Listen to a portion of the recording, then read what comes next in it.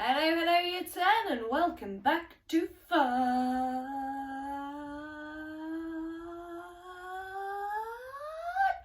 Fridays. Friday fun with English, Friday fun with Miss Land. A welcome back, a welcome back, a welcome back, a welcome back. Jazzier every week, I swear. Anyway, first and foremost, we've made it to half term! Yay! This half term is designed for you to have a break, please. I know it's really difficult to know when to cut off from school and when to kind of enjoy your time on your own because there's weird pressure all the time. It almost feels like because our days aren't designated from this time until 3 o'clock and then we go home and forget about school, we almost kind of don't know when we're meant to switch off. This half term, switch off. If you do any work, of course, send it to me. I'll still be around and available because we still can't really go anywhere. So do send it over, but there's no expectation for that. The expectation is that you do have some proper time off, you properly chill out, because it does look like we might be seeing each other again soon, doesn't it? Woohoo! So this half term is really crucial because when we come back, it's school back, nearly. Well, around the 8th of June anyway. We're hoping. Let's make sure that that happens. Let's all stay inside for a couple of weeks so we can see each other again. Right, so I'm going to get straight on with it. So we've got our quiz to start with. There's 16 questions, which I know is a bit random, but there's 16 questions in my quiz. And it's all about love and relationships poetry. So a really good one for you guys to revise because I seem to remember before school closed that was something that you guys definitely wanted to revisit. So it'd be really good for a bit of sort of knowledge and direction for your own revision for that. And then afterwards we have the fun thing, which today I'm taking on a persona for. It's going to be fun. Okay, right, let's get on then. So, our quiz, numbers 1 to 16, please, down your column. As ever, I'll read out the questions first, and then thereafter I will give you the answers. And then the real fun begins, because you get to watch me doing something stupid, which I'm sure is the highlight of all of your weeks. Okay. Right, question number 1 then is, in Sing Song, what pattern is the speaker's wife's sari? So what pattern does it say that she's wearing? I've got options for you here, because this is a slightly niche question. I appreciate it. So, option A is polka dot. Option B is striped, option C is tartan, and option D, I was going to say 4 then, that would have been illogical. Oh my gosh, sorry about that, a lorry just went past my window and blocked out all my lights. Option D is plain white. So A polka dot, B striped, C tartan, D plain white. Okay, question number 2. In Winter Swans, which is the correct line? A, they love for life, they love for life. B, the swans take care of each other. C, they love forever. Or D, they mate for life. Okay. Question 3. The question is, to fall or fly is the last line in which poem? So, to fall or fly is the last line in which poem? No options for that one. Meanie, I know.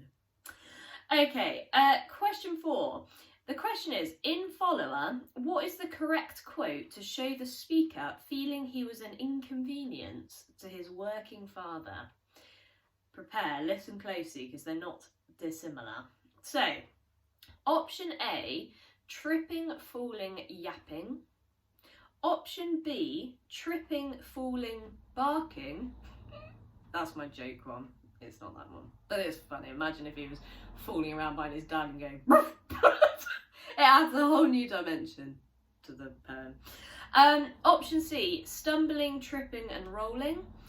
Option D, stumbling, rolling and ploughing.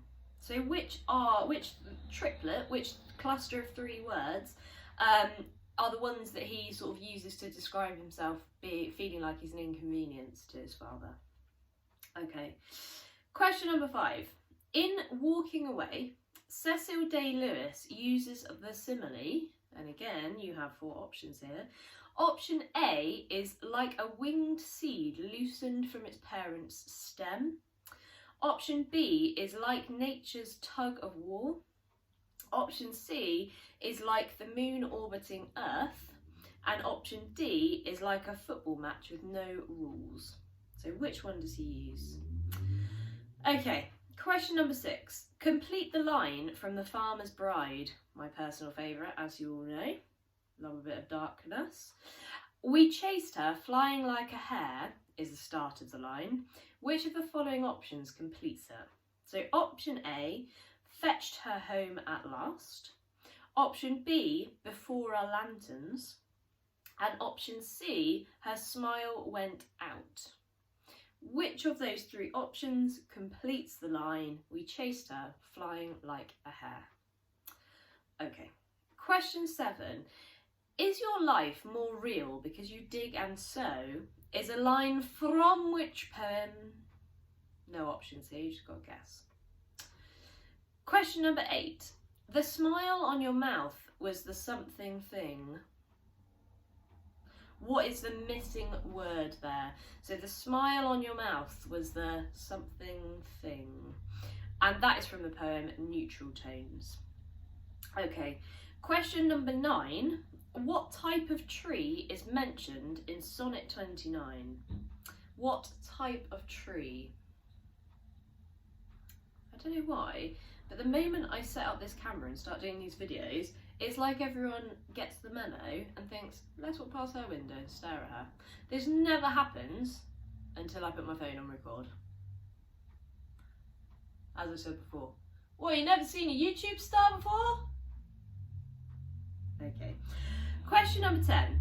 How are Porphyria's gloves described in the poem Porphyria's Lover? Option A, velvet. Option B, soiled. Option C, dirty. Or option D, creased. How are her gloves described in the poem? Question number 11. And we should all know this one. How many poems are in the Love and Relationships collection? Obviously, I don't want you to name them or anything crazy, but I just want to know how many poems you believe are in that cluster. Okay, question number 12. What poem did Maura Dooley write? So she's the poet, but which poem did she write? In the cluster. She's written a few in her life. Okay, question number 13. Where is the following line, or what that should be really, what is the following line from? Blush bright beneath my burning kiss. I do not expect you to tell me who the poet is, just what the poem name is. Okay, so blush bright beneath my burning kiss is from which poem? Okay. Question number 14. How should I greet thee? With silence and tears. These are the last 2 lines from which poem? So here again, I'm not really interested in the poet's name. You don't really have to memorise those because you are given them in your exam. But I would like you to tell me which poem it's from. So how should I greet thee? With silence and tears is from which poem? Okay, question 15. In the poem Follower, what does the speaker call his father? So he refers to him as something quite specific, and it's important that he calls him that thing, okay? But what is it that he actually calls him? Okay. And the last one, question 19, what mingles with the river in love's philosophy? So what mingles with the river in love's philosophy? Okay. I am, going to give you the answers. So if you have not finished writing them down, then pause the video now, because remember year 10, you're only cheating yourself. Okay. All right then. So question 1 was the sing-song question, and the correct answer, if you've put letters or C, which if you've written the thing down, was tartan. So she's described as wearing a tartan sari. Interesting thing really to notice, because tartan is obviously associated with Scotland, and saris aren't. Saris are a completely different culture. So it kind of shows you how those people are trying to, as best they can, to fit into a completely different culture. Okay, question number 2. In Winter Swans, which is the correct line? If you've written letters, again, it's D, and if you've written the actual thing down, then it's they mate for life. Okay. Question number 3. To fall or fly is the last line from which poem? It is, of course, Mother Any Distance, for some reason the only poem anyone could ever remember. So well done if you got that one right. Question number 4. In Follower, the correct quote is actually option A if you've written the letters down, which is tripping, falling, yapping. Okay. Question number 5, the walking away question. By the way, excuse this confusion of being an old lady and not being an old lady. It's because I created the quiz on this weird website, and then the options for how to enter in answers was just too much for my brain to comprehend. So I wrote down my answers in my jazzy book and had the question on the quiz I made online. This is my actual life. Okay. Right. In Walking Away, Cecil Day-Lewis uses which simile? He uses option A, again if you've been writing the letters down, or the quote there is like a winged seed loosened from its parent stem. Okay. Question number 6. Complete the line from The Farmer's Bride. We chased her falling like a hare. The correct option was option B, and the line is before our lanterns. Okay, the astute among you will have realised that some of them don't actually make sense as a sentence. But before our lanterns does. Okay, question number 7. Is your life more real because you dig and sow? That is, of course, from Letters from Yorkshire. Okay. If we remember that poem, she's kind of saying he's a farmer, whereas she kind of seems to spend a lot more time indoors and working on a laptop and sending letters and stuff like that, and she's kind of saying, what, are you better than me just because you work with the land, basically? Okay, question number 8. The smile on your mouth was the somethingest thing. Okay, your missing word there was deadest.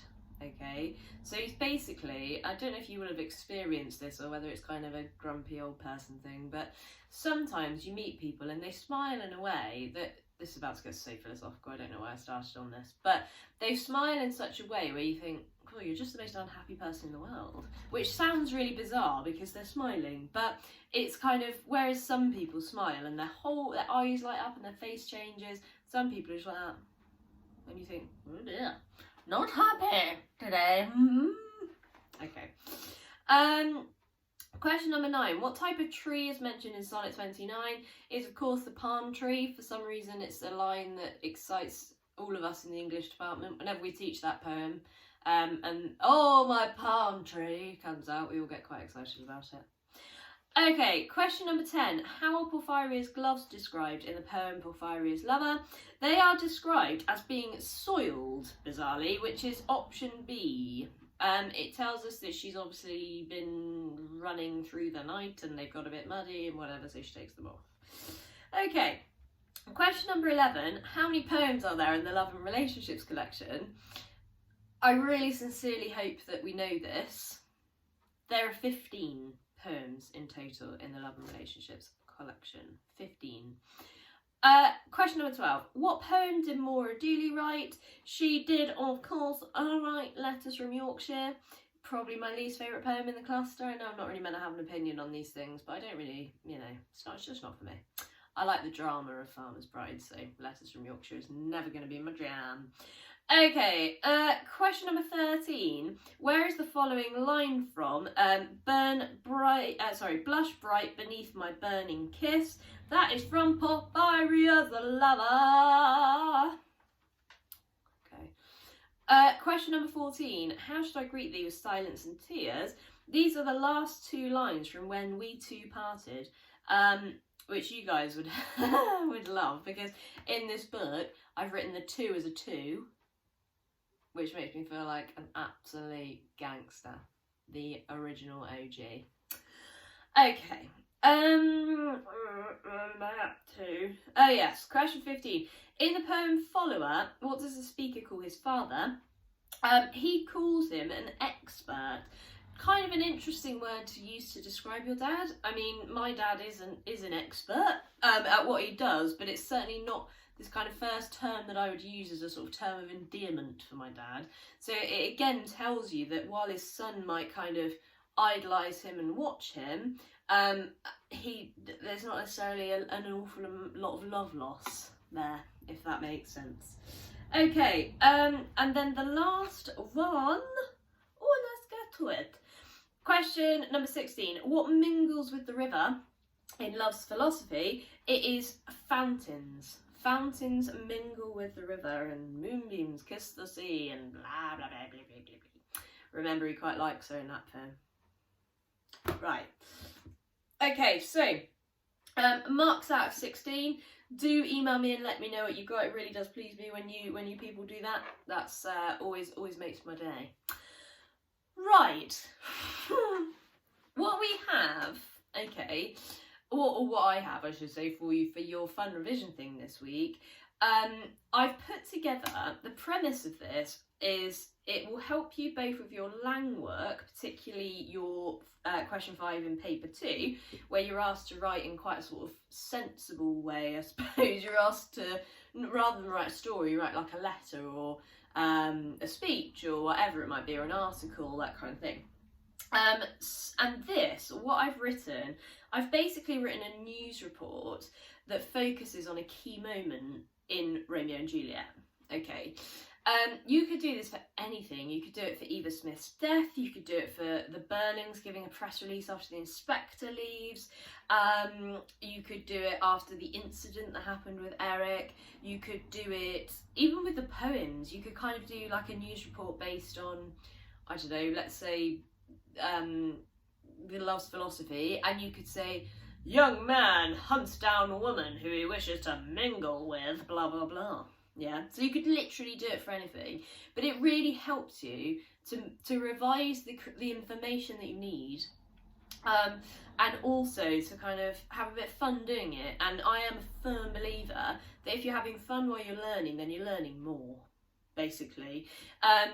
I could teach you the same information that I do normally with absolutely no humour in my lessons, and I guarantee you would not remember them as well as you would, and it's like a stand-up comedy show like it normally is.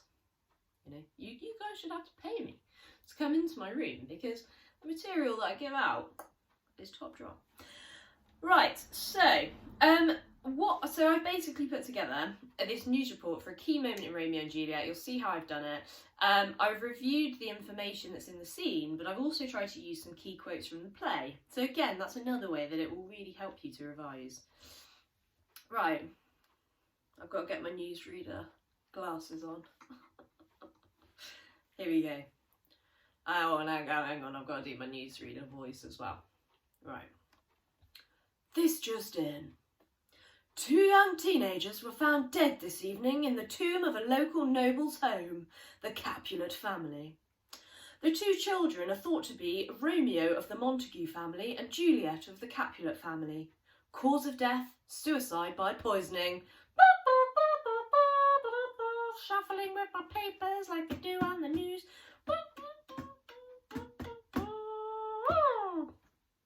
Thank you for joining.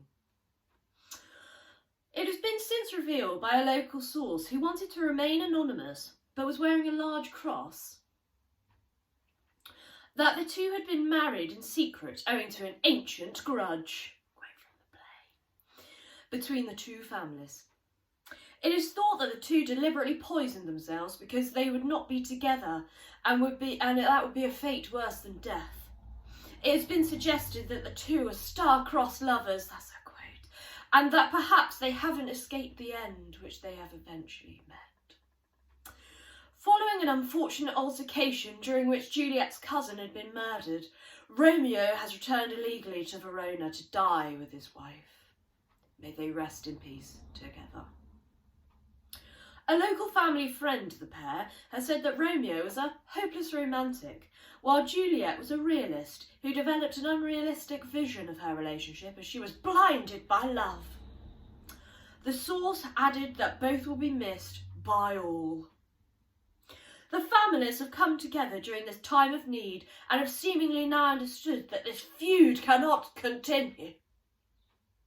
The Montagues have ordered for a gold statue of Juliet to be erected in the town centre and are covering all costs for the new addition. They hope to show their most sincere regret that the situation had reached such a fever pitch. Ultimately, nothing will bring back these two bright, kind-hearted and infatuated young lovers, but in this lifetime, but at least the impact of their death and the legacy they leave behind will be felt, understood, and cherished by so many for countless years to come. Here is where we end our scene. R.I.P. Romeo and Juliet. Intense. So, that is the fun thing that I put together for you there. Obviously, you can tell that that is based on... Why am I still wearing these? Hopefully you can tell that that is obviously based on the end of the play. The moment where Romeo and Juliet are found dead and kind of drama breaks out. All the people that were there in the final scene are kind of mentioned in my Newsround. Quotes are used to kind of describe why they ended up there. That kind of stuff. So it's basically a revision of the plot, I suppose, but particularly of that fallout moment at the end where they die and the families have to kind of work that out together. So it gives you an idea of how you can go about it, and it really is quite fun.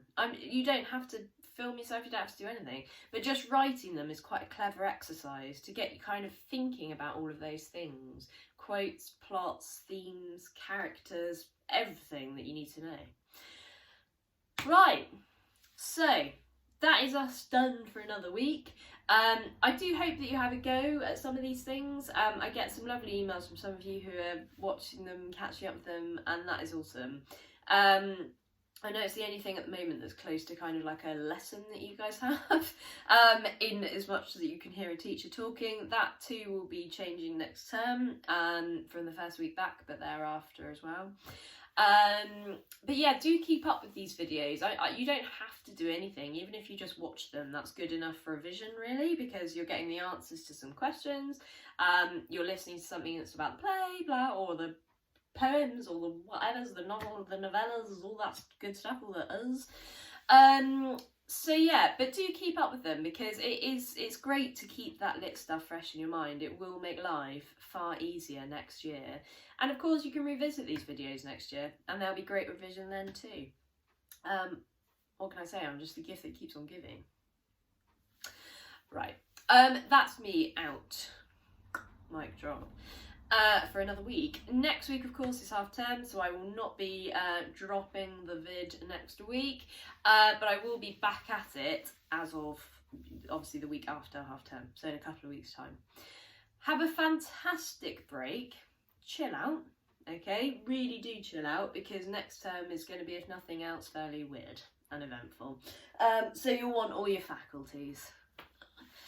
So yeah, have a great half term year 10, and I will catch you again in a couple of weeks' time with more delights, more fun for your delectation.